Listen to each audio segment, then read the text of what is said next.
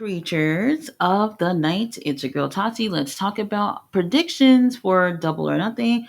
If you have your predictions, please put down below in the comment section what you think is going to happen. This is a very interesting pay per view. I know some people are looking at it and you're just like, what the fuck? Maybe there are a couple of things on the pay per view that are definitely worth investing in, like the Omen Hard tournament matches. Those matches, and along with the Anarchy in the Arena, they're really going to shape what's going to happen at all ends. So I know people are definitely looking forward to what's going to happen with the women's title and also the AEW World title as well. Overall, I don't want to say I'm excited for the pay per view, but there are some things I'm definitely looking forward to seeing. So let's take a look here at the card and give our predictions. So for the pay per view, unless you know some link where you can watch it for free, there are some different ways that you can watch. There's obviously Prime Video, which they started adding the last pay per view. Also have YouTube as well. I've ordered from YouTube. It's it's okay. I haven't didn't have any issues with that. Also, still have payperview.com and Fubo. I've never used that before, so I don't know how that platform is. I know a lot of people are like, where the hell is Triller? Because they've been using Triller as well. Triller, from what I see right now, they are not airing AEW pay per views for the US, but still for Europe. So if you have a VPN like me and just pretend you live in the UK so you can get your pay per views for cheap, it'll still work for you if you're changing your location on your VPN. So far we have one match announced for the buy-in, which is the pre-show. We have Megan Bain teaming up with Penelope Ford to go against Harley Cameron and Anna Jay. Personally, I would prefer to see Anna and Harley not winning. Megan, I like what we're doing with her, but we would like to see what her chemistry would be like with Penelope Ford when she is walking like a ballet for Megan Bain. I feel like they look like $1 million together, but how are they as a team? We'll see how that goes. I am thinking that Anna Jay and Harley Cameron are going to end up taking the win. I think that will still keep them feuding with these girls, but I like the fact that it looks like we're seeing a few more teams. We also do have a Sky Blue and our girl Julia Hart that just joined forces together. So maybe we're getting somewhere in terms of the women possibly having a tag division. If they did that, I would prefer to see that Tony Khan really put his all in giving these girls some opportunities.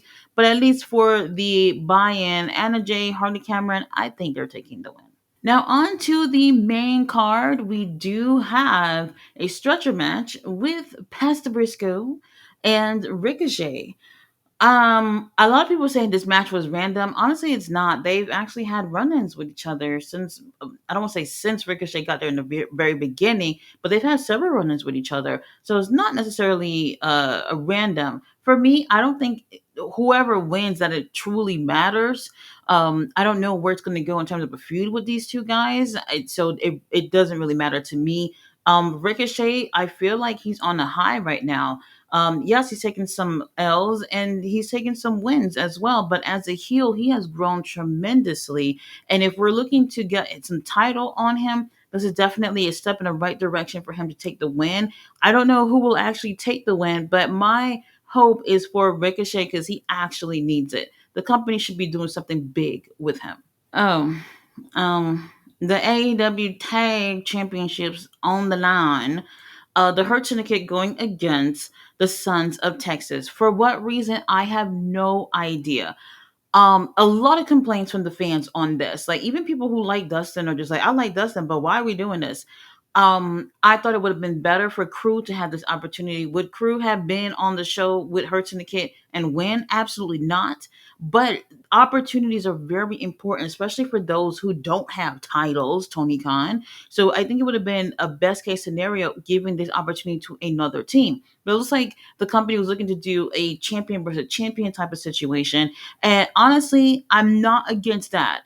What I am against is y'all trying to do a champion versus champion situation with champions who can't even bother to put their titles on the line, but y'all coming on the big dog show to get the AEW tag titles.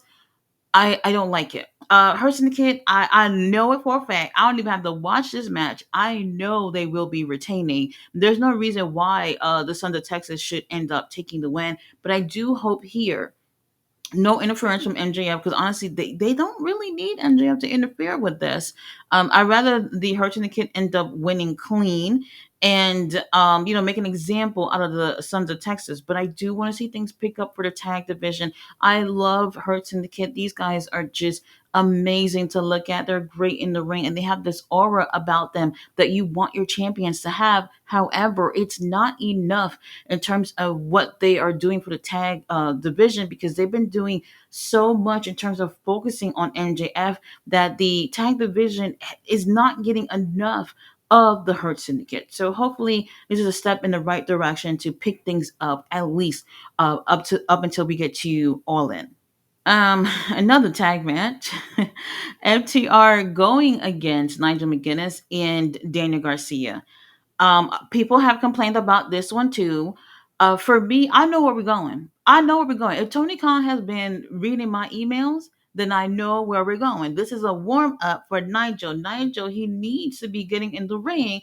If Tony Khan has been reading my emails to get Nigel ready for Zack Sabre Jr. at Forbidden Door in the UK this year, that I think is where we're going. Nigel's last match that he had was for Ring of Honor Final Battle pay-per-view. He had a match with Lee Moriarty for the pure title. That match was absolutely amazing. If anyone ever thought for a split second that Nigel McGuinness had lost it, you're fucking wrong. And that match is definitely prime example in terms of what Nigel is still able to give. However, we're talking about possibly him going against Zack Sabre Jr., so he's gonna have to get in that ring possibly on a weekly basis to get ready for something like that. However, we're talking about Double or Nothing, so in my opinion, I don't think it necessarily matters which team ends up taking the win. Danny teaming up with Nigel is a really great opportunity. You know, he's had his opportunity to work with Danielson, and someone similar in fashion is Nigel. And I think that being somewhat kind of under the wing of Nigel would be a great thing. But where are things going for both of these teams? Honestly, I really don't know. I would prefer to see FTR take the L on this one, but honestly, I don't think it matters. Now we got trios action. They just announced this on Collision yesterday, and the crazy thing about it is that people were like, "Wait, how come the Don Callis family not on this pay per view? Like y'all literally booking everybody in the kitchen sink on this pay per view." And Takesha sitting at home, Kyle Fletcher sitting at home, John sitting at home. Well, they announced it that the Don Callis family are going against Paragon. That's a stupid name. Like I don't even. This doesn't even fit them. Anyway, um, why isn't Adam Cole actually doing something? Is what I'm trying to figure out. Like y'all keep putting him on commentary. He's boring as fuck anyway. For this, someone on the chat earlier was saying that Kyle Fletcher should pin Adam Cole, and that sparks their feud for him to go for the title, possibly at All In. And I'm with that. I'm with that. It doesn't matter. Well, Kyle Fletcher, out of these three, I would prefer. Takeshita can have the opportunity. Josh can have the opportunity, even though he did just kind of come to the door. And I think that would be great. So for me, Don Callis family, they need this win because any guy on that motherfucking team can go against Adam Cole for the TNT title because they're not doing anything. And Roderick and Kyle O'Reilly, when's the last time they've been on the pay-per-view? Like, this is a really great team. Maybe we can get a feud with them in Hurt Syndicate. That would be great to actually see a team like that going against Hurt Syndicate at All In, but maybe there are better options. I'm hoping for Don Callis family to take the win. If they take the win, then they'll definitely feel like, hey, we won and beat this stupid group. Then maybe we can be challenging for the TNT title, and maybe, hopefully, the TNT title can go to Kyle Fletcher somewhat in the future because it's not like Adam Cole doing something with it anyway. All right, AEW Continental title on the line. Speedball Mike Bailey going against Kazuchika Okada. Okada, then this company not gonna make me hate you. This much I can say. They're not gonna make me hate you. I think he's so entertaining. He is a tremendous wrestler, but I feel like we haven't got a chance to see much out of him in AEW. I don't know what that's about. But Mike Bailey, he gonna push Okada to give y'all New Japan Okada for sure on Sunday. Okada's definitely retaining. I can't see Speedball just come out of the blue and just taking this title off of Okada at this point. Okada obviously has been wrestling a hell of a lot less. So he's more fresh coming into this match, but I really do feel like this is going to be the match to really push Okada to do bigger and better things with this title, because I can see him making it to All In, hopefully, with this title to go against Kenny Omega and maybe unifying the Continental and the International title at All In. Fingers crossed. Okada definitely taking the win. The AEW Women's World Title, Mina Shirakawa going against Timeless Tony Storm. There's no debate. There's no debate. Tony Storm will be retaining. I don't even have to watch that to know that. The only thing that I'm thinking is Mariah May not physically getting involved, but coming out causing a distraction for these two girls. I'm thinking it may feel like Mina will get the best of Tony Storm.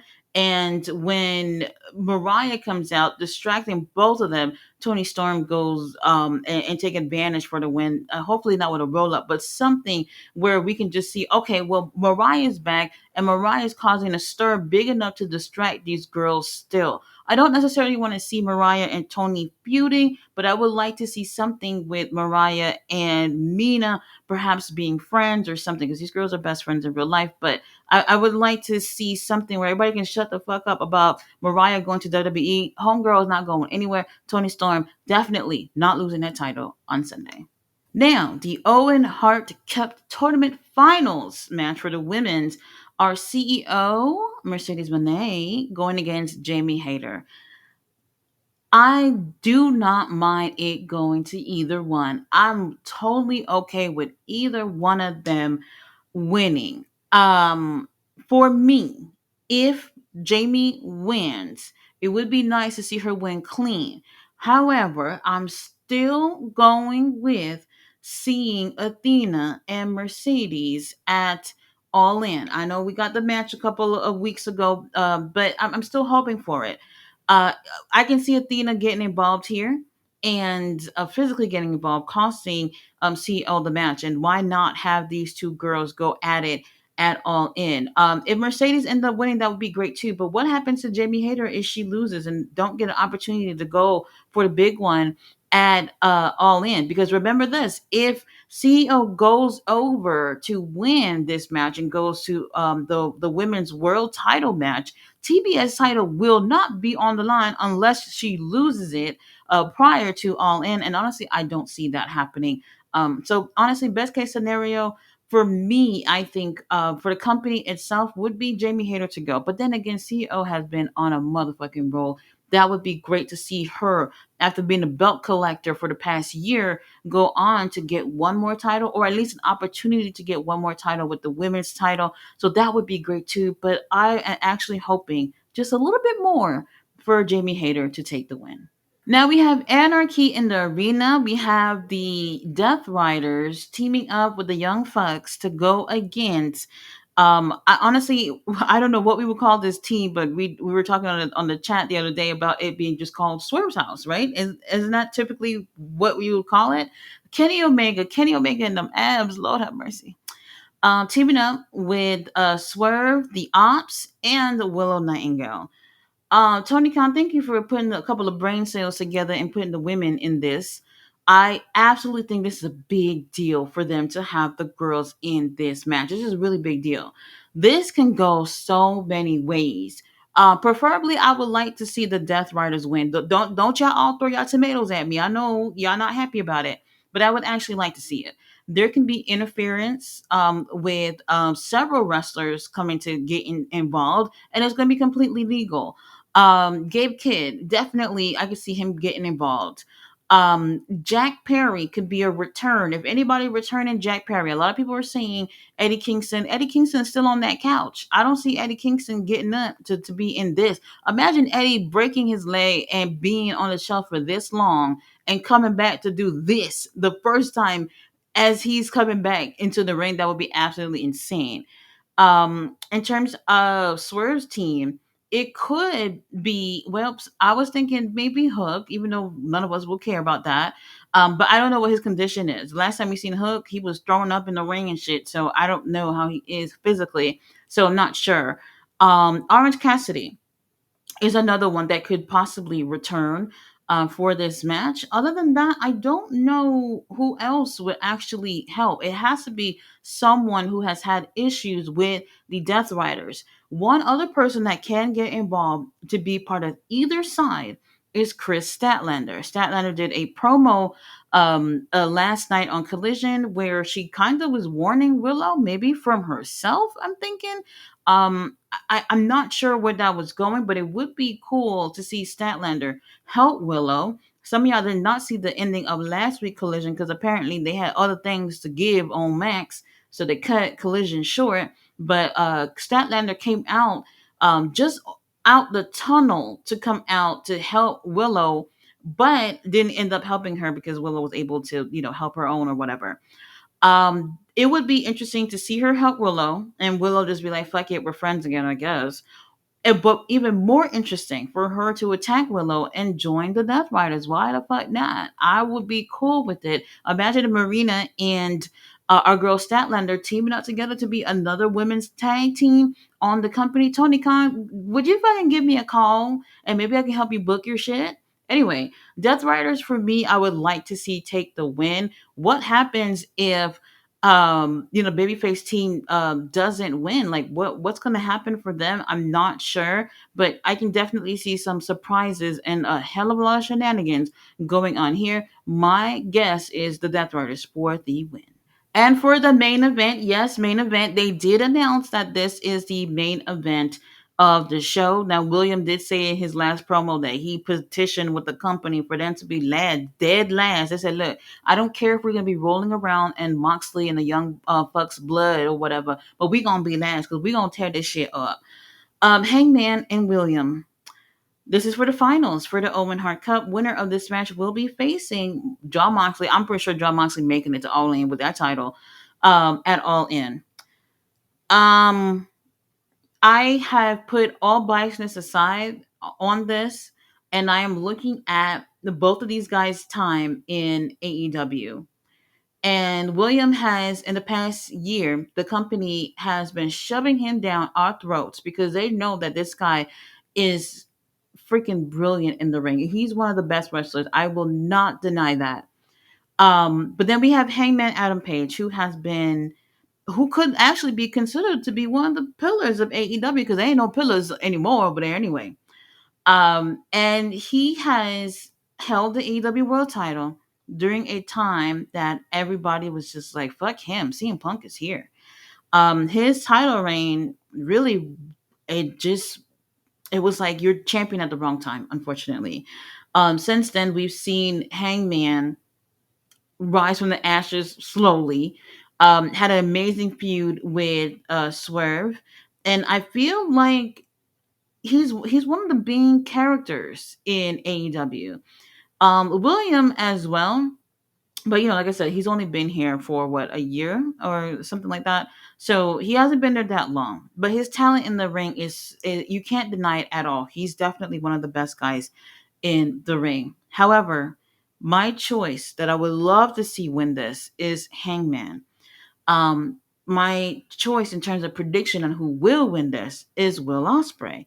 Who you want and what's going to happen is two different things, unfortunately. However, my thing is the reason why I want Hangman to win is where the fuck you go with him if he loses. What happens now? What y'all gonna do? Y'all gonna take Swerve and Hangman and make them a team at All In? These guys are main players in this company. They don't need to be doing no tag matches at fucking All In. They don't need to be doing mid card shit at All In. Like, these guys could be at the top. This is why these titles, like the TNT title and the Continental title, international titles, they should be a much bigger deal than what they are, to kind of be like, okay, right under the world title, it's this. Like, these other titles, I don't even know what come next in terms of prestige because they all are lacking right now. And it's just like if Hangman loses, y'all pushing this man down, down, down. And I've seen it throughout the entire time that Will Ospreay has been here, that they have been pushing a lot of people to the side so Ospreay can move on up to the tippy top.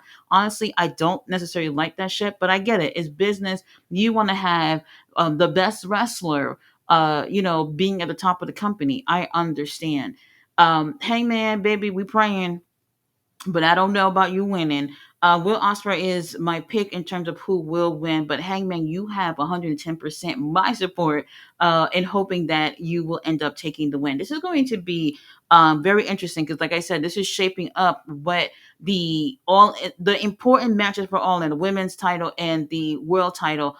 For All In, so at least we know what those are going to be. Hopefully, depending on that, more people will end up buying little tickets for All In. Tony Khan, you know you got my money when it comes to All In. I bought tickets for everything since the very first day.